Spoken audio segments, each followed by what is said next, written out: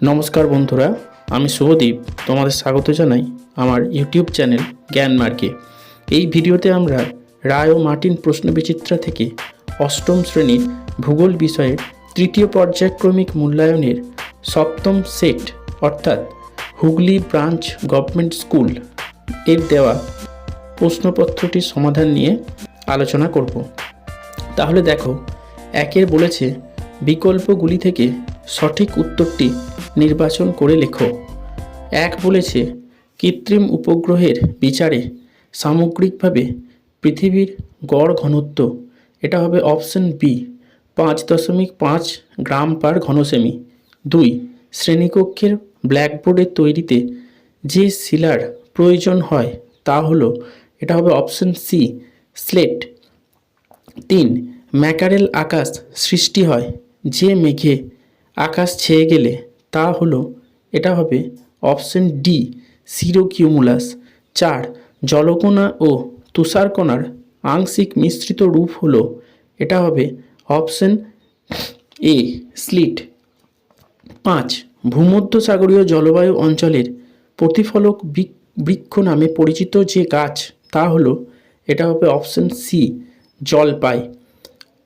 6, মেরুপ্রবাহ যে জলবায়ু অঞ্চলে সৃষ্টি হয় তা হলো, এটা হবে অপশন ডি তুন্দ্রা জলবায়ু অঞ্চলে। 7, ভোপালের গ্যাস দুর্ঘটনায় যুক্ত বিষাক্ত গ্যাসটি হলো, এটা হবে অপশন এ মিক। 8, জাপানের ফুকুশিমা পরমাণু দুর্ঘটনাটি ঘটে, এটা হবে অপশন ডি 2011 সালে। 9, রূপোর শহর নামে পরিচিত ওশিয়ানিয়া মহাদেশের যে শহরটি তা হলো অপশন এ ব্রোকেন হিল। 10, প্রদত্ত দ্বীপগুলির মধ্যে যে দ্বীপটি প্রবাল জমে সৃষ্টি হয়েছে তা হলো অপশন সি ক্যারোলাইন। এরপর 2 এ বলেছে নিম্নলিখিত বিবৃতিগুলি শুদ্ধ হলে পাশে সু এবং অশুদ্ধ হলে পাশে অ লেখো। দেখো, একের বলেছে সিয়াল স্তরটি ব্যাসল্ট শিলা দ্বারা গঠিত, এটা অশুদ্ধ। 2, ক্যালিফোর্নিয়ার হলিউডে পৃথিবীর শ্রেষ্ঠ চলচ্চিত্র শিল্পকেন্দ্র গড়ে উঠেছে, এটি শুদ্ধ। 3, নিঃসারী আগ্নেয় শিলা খুব ধীর গতিতে জমাট বাঁধে, এটা অশুদ্ধ। 4, বায়ুচাপ বলয়ের স্থান পরিবর্তনের প্রধান কারণ সূর্যের আপাত বার্ষিক গতি, এটা শুদ্ধ। 5, সম্পৃক্ত বায়ুর আপেক্ষিক আর্দ্রতা 100%, এটাও শুদ্ধ। 6, পরিবেশের ক্ষতি পরিবেশ তার ভৌত ও জৈব প্রক্রিয়াগুলির দ্বারা পূরণ করতে পারে, এটা শুদ্ধ। 7, মধ্য আমেরিকার পানামা মৌসুমী জলবায়ু অঞ্চলের অন্তর্গত, এটা অশুদ্ধ। এবার 2 বি বলেছে উপযুক্ত শব্দ বসিয়ে শূন্যস্থান পূরণ করো। 1 বলেছে ভূমিকম্পের ড্যাশ তরঙ্গের দ্বারা সর্বাধিক ক্ষয়ক্ষতি হয়, উত্তর হবে পৃষ্ঠ তরঙ্গ বা এল তরঙ্গ। 2, লাভায় সিলিকার পরিমাণ বেশি থাকলে তাকে ড্যাশ লাভা বলে, উত্তর হবে আম্লিক বা অ্যাসিডিক লাভা। 3, শিলার মধ্যেকার শূন্যস্থান ও শিলার মোট আয়তনের অনুপাত হলো ড্যাশ, উত্তর হবে শিলার সছিদ্রতা। 4, স্লেট রূপান্তরিত হয়ে ড্যাশ শিলায় পরিণত হয়, উত্তর হবে ফিলাইট। 5, সমুদ্রবায়ু ও স্থলবায়ুর বৃহৎ সংস্করণ বলা হয় ড্যাশ বায়ুকে, উত্তর হবে মৌসুমী। 6, পার্বত্য উপত্যকার ভারী ও নিম্নগামী বায়ু হলো ড্যাশ বায়ু নামে পরিচিত, উত্তর হবে ক্যাটাবেটিক বায়ু। এরপর 2 সি বলেছে একটি বা দুটি শব্দে উত্তর দাও। 1 বলেছে ক্রোফেসিমা ও নিফেসিমা স্তর দুটির মাঝে কোন বিযুক্তি রেখা রয়েছে, উত্তর হবে রেপিক্তি বিযুক্তি রেখা। 2 বলেছে ভূপৃষ্ঠের কম্পনের পরিমাণের পরিমাপ করা হয় কোন যন্ত্র দিয়ে, উত্তর হবে সিসমোগ্রাফ। 3, কোন মেঘ বাম্পি ক্লাউড নামে পরিচিত, উত্তর হবে স্ট্র্যাটোকিউমুলাস। 4, নিশীথ সূর্যের দেশ কাকে বলা হয়, উত্তর হবে নরওয়ের হ্যামারফেস্ট বন্দরকে? 5. পরিবেশের সামগ্রিক গুণমানের হ্রাস পাওয়াকে কী বলা হয়? উত্তর হবে পরিবেশ অবনমন। 6. 40 ডিগ্রি দক্ষিণ অক্ষরেখায় কোন ধরনের নিয়ত বায়ুপ্রবাহ দেখা যায়? উত্তর হবে উত্তর পশ্চিম পশ্চিমা বায়ু। এরপর 2 ডি বলেছে বাম দিকের সঙ্গে ডান দিকেরগুলি মিলিয়ে লেখো। দেখো 1 বলেছে কেন্দ্রমণ্ডল, এটা হবে ই নিফে। 2 মধ্য সামুদ্রিক শৈলশিরা, এটা হবে জি গঠনকারী পাত সীমান্ত। 3 কর্কটীয় ও মকরীয় অঞ্চল, এটা হবে এফ নিয়ত বায়ুপ্রবাহ। 4 অস্ট্রেলিয়ার ক্রান্তীয় তৃণভূমি, এটা হবে সি ডাউন্স। এরপর 3 বলেছে নিচের প্রশ্নগুলির সংক্ষিপ্ত উত্তর দাও। 3-1 অ্যাস্থেনোস্ফিয়ার কি? উত্তর হবে শিলামণ্ডলের নিচে ও গুরুমণ্ডলের উপরের দিকের অর্ধতরল স্তর যেটিতে পরিচলন স্রোতের প্রাধান্য দেখা যায় তাকে অ্যাস্থেনোস্ফিয়ার বলে। 3-1 অথবাটা বলেছে অন্তঃকেন্দ্রমণ্ডলের 2টি বৈশিষ্ট্য লেখো। দেখো উত্তর হবে 1 অন্তঃকেন্দ্রমণ্ডলের এই কেন্দ্রমণ্ডলের মূল গঠনকারী উপাদান হলো লোহা ও নিকেল। আর 2 এই স্তরটির গড় উষ্ণতা হয় প্রায় 5000 ডিগ্রি সেন্টিগ্রেড। এরপর 3-2 বলেছে আগ্নেয় পর্বত কাকে বলে? উত্তর হবে আগ্নেয়গিরি থেকে নির্গত লাভা, পাথর, ছাই প্রভৃতি জমাটবদ্ধ হয়ে ত্রিকোণাকার বা শঙ্কাকার যে পর্বতের সৃষ্টি হয় তাকে আগ্নেয় পর্বত বলে, যেমন জাপানের মাউন্ট ফুজি। এরপর 3-2 অথবাটা বলেছে ভূমিকম্পের কেন্দ্র ও উপকেন্দ্র কাকে বলে? উত্তর হবে ভূ অভ্যন্তরে যেখানে ভূমিকম্পের সৃষ্টি হয় তাকে ভূমিকম্পের কেন্দ্র বলে।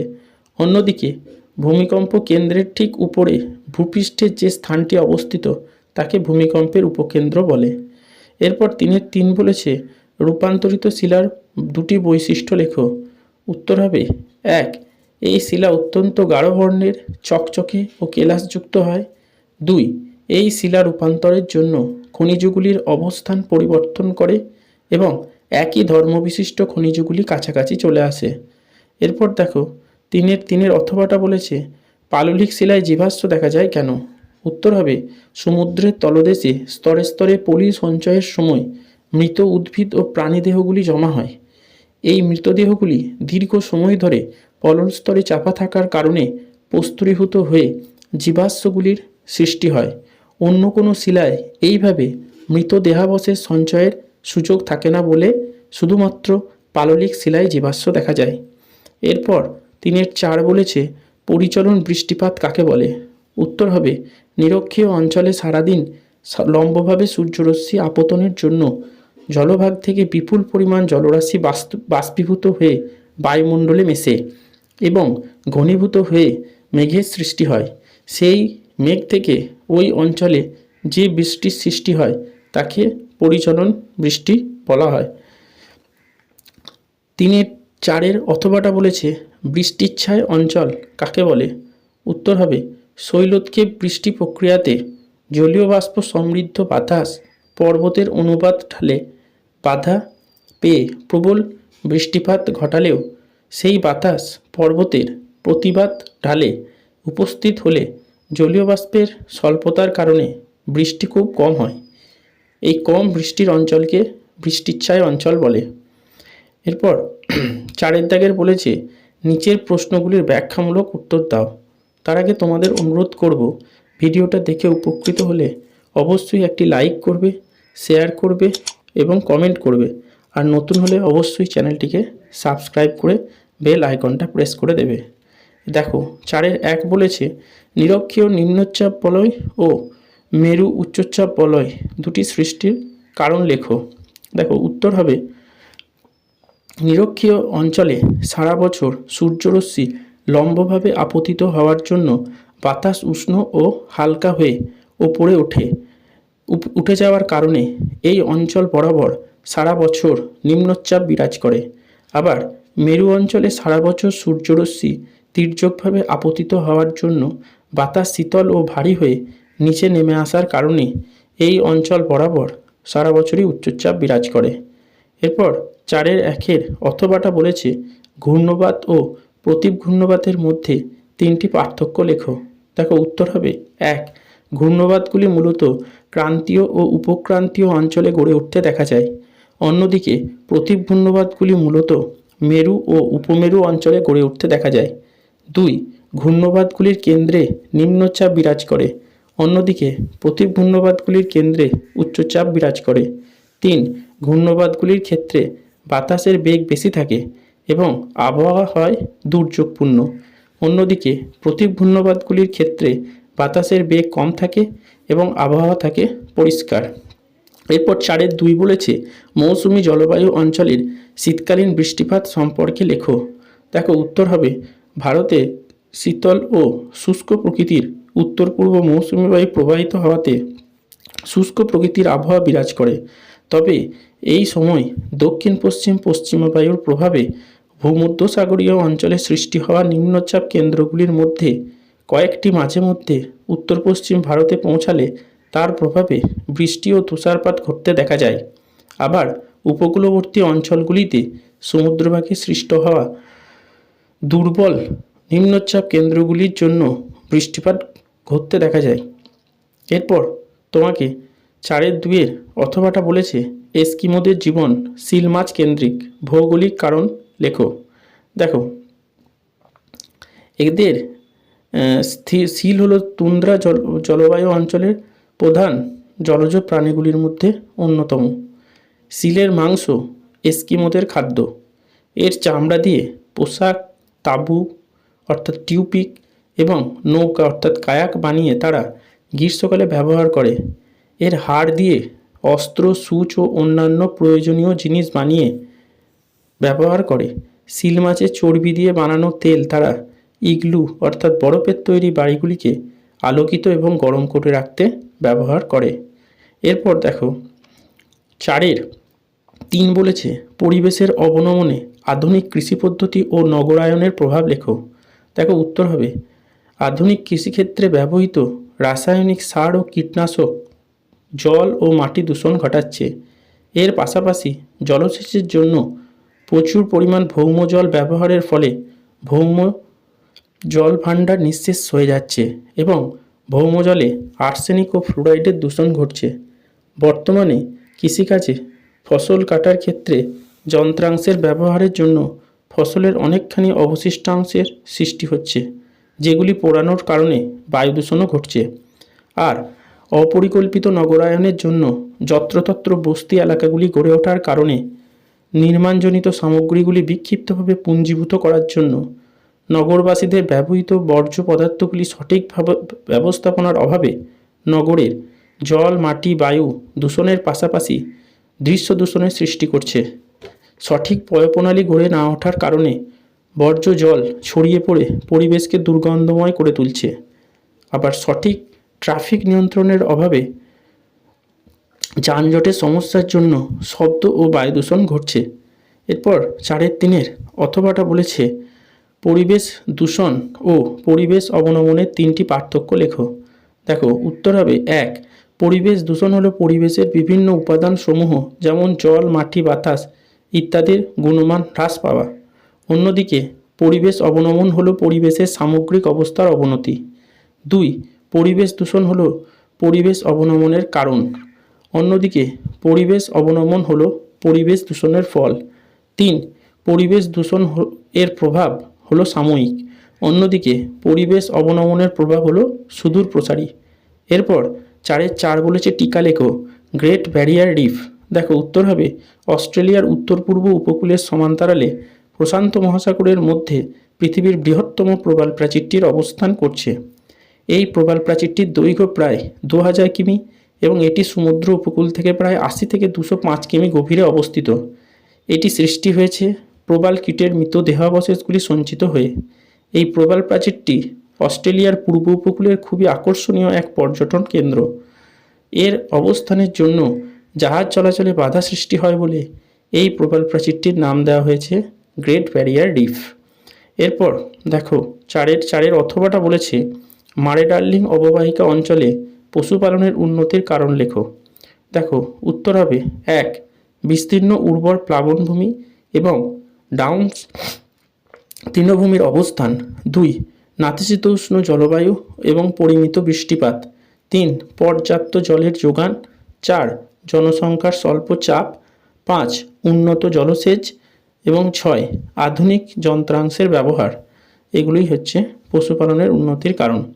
এরপর 5এরগুলো বলেছে নিম্নলিখিত প্রশ্নগুলির উত্তর দাও।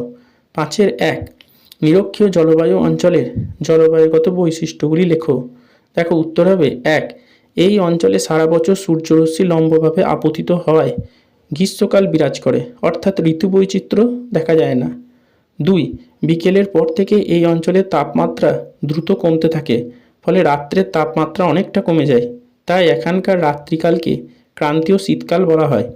3, এই অঞ্চলে প্রায় প্রতিদিন বিকালে পরিচলন প্রক্রিয়াতে বৃষ্টিপাত হয়, একে 4 o'clock বৃষ্টিপাত বা 4 o'clock রেন বলে। 4, এই অঞ্চলে দৈনিক উষ্ণতার প্রসর বেশি, তবে বার্ষিক উষ্ণতার প্রসর খুব কম। 5, এই অঞ্চলের গড় বার্ষিক উষ্ণতা প্রায় 27°C এবং গড় বার্ষিক বৃষ্টিপাতের পরিমাণ খুবই বেশি হয়, প্রায় 250 থেকে 300 সেন্টিমিটার। আর 6, এই অঞ্চলের সারা বছর বাতাসে আপেক্ষিক আর্দ্রতার পরিমাণ খুব বেশি থাকে। এরপর 5-এর 1-এর অথবাটা বলেছে মৌসুমী জলবায়ু অঞ্চল ও ভূমধ্যসাগরীয় জলবায়ু অঞ্চলের জলবায়ুগত বৈশিষ্ট্যের পার্থক্য লেখো। দেখো 1, মৌসুমী জলবায়ুর প্রাধান্য দেখা যায় উত্তর গোলার্ধের 10 থেকে 30 ডিগ্রি অক্ষাংশের মধ্যে, উভয় গোলার্ধের। অন্যদিকে ভূমধ্যসাগরীয় জলবায়ুর প্রাধান্য দেখা যায় উভয় গোলার্ধের 35 থেকে 45 ডিগ্রি অক্ষাংশের মধ্যে। 2, মৌসুমী জলবায়ু অঞ্চলে গ্রীষ্মকালে বৃষ্টিপাত সংঘটিত হয়, অন্যদিকে ভূমধ্যসাগরীয় জলবায়ু অঞ্চলে শীতকালে বৃষ্টিপাত হয়। 3, মৌসুমী জলবায়ু অঞ্চলে আয়ন ও মৌসুমী বায়ুর প্রাধান্য দেখা যায়, অন্যদিকে ভূমধ্যসাগরীয় জলবায়ু অঞ্চলে পশ্চিমা বায়ুর প্রাধান্য দেখা যায়। 4, মৌসুমী জলবায়ু অঞ্চলে বার্ষিক উষ্ণতার প্রসর কম, অন্যদিকে ভূমধ্যসাগরীয় জলবায়ু অঞ্চলে বার্ষিক উষ্ণতার প্রসর হয় বেশি। 5, মৌসুমী জলবায়ু অঞ্চলে গড় বৃষ্টিপাতের পরিমাণ বেশি, অন্যদিকে ভূমধ্যসাগরীয় জলবায়ু অঞ্চলে গড় বার্ষিক বৃষ্টিপাতের পরিমাণ অনেক কম।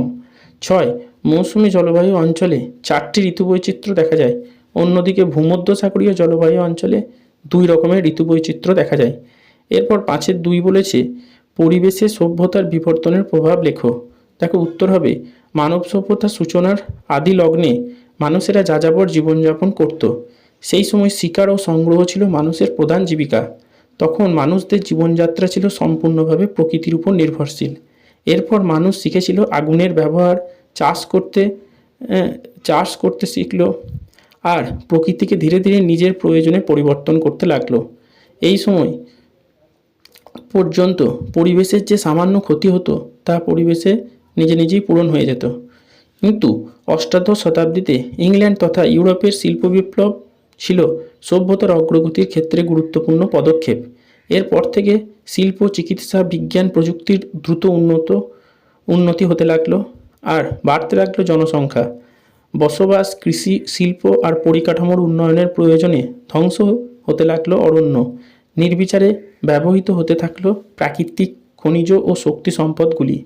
বিংশ শতাব্দীতে 2টি বিশ্বযুদ্ধ, সামরিক অস্ত্র পরীক্ষা, বৈজ্ঞানিক পরীক্ষা নিরীক্ষা, অর্থনৈতিক উন্নয়নের প্রভাবে পরিবেশের যে বিপুল পরিবর্তন হচ্ছে তা বর্তমানে নিয়ন্ত্রণের বাইরে চলে যাচ্ছে। এর ক্ষতিকর প্রভাব সমস্ত জীবগুলোর উপর নেমে আসছে।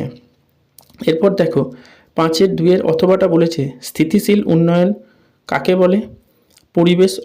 পরিবেশের অবনমন নিয়ন্ত্রণের উপায় সম্পর্কে লেখো।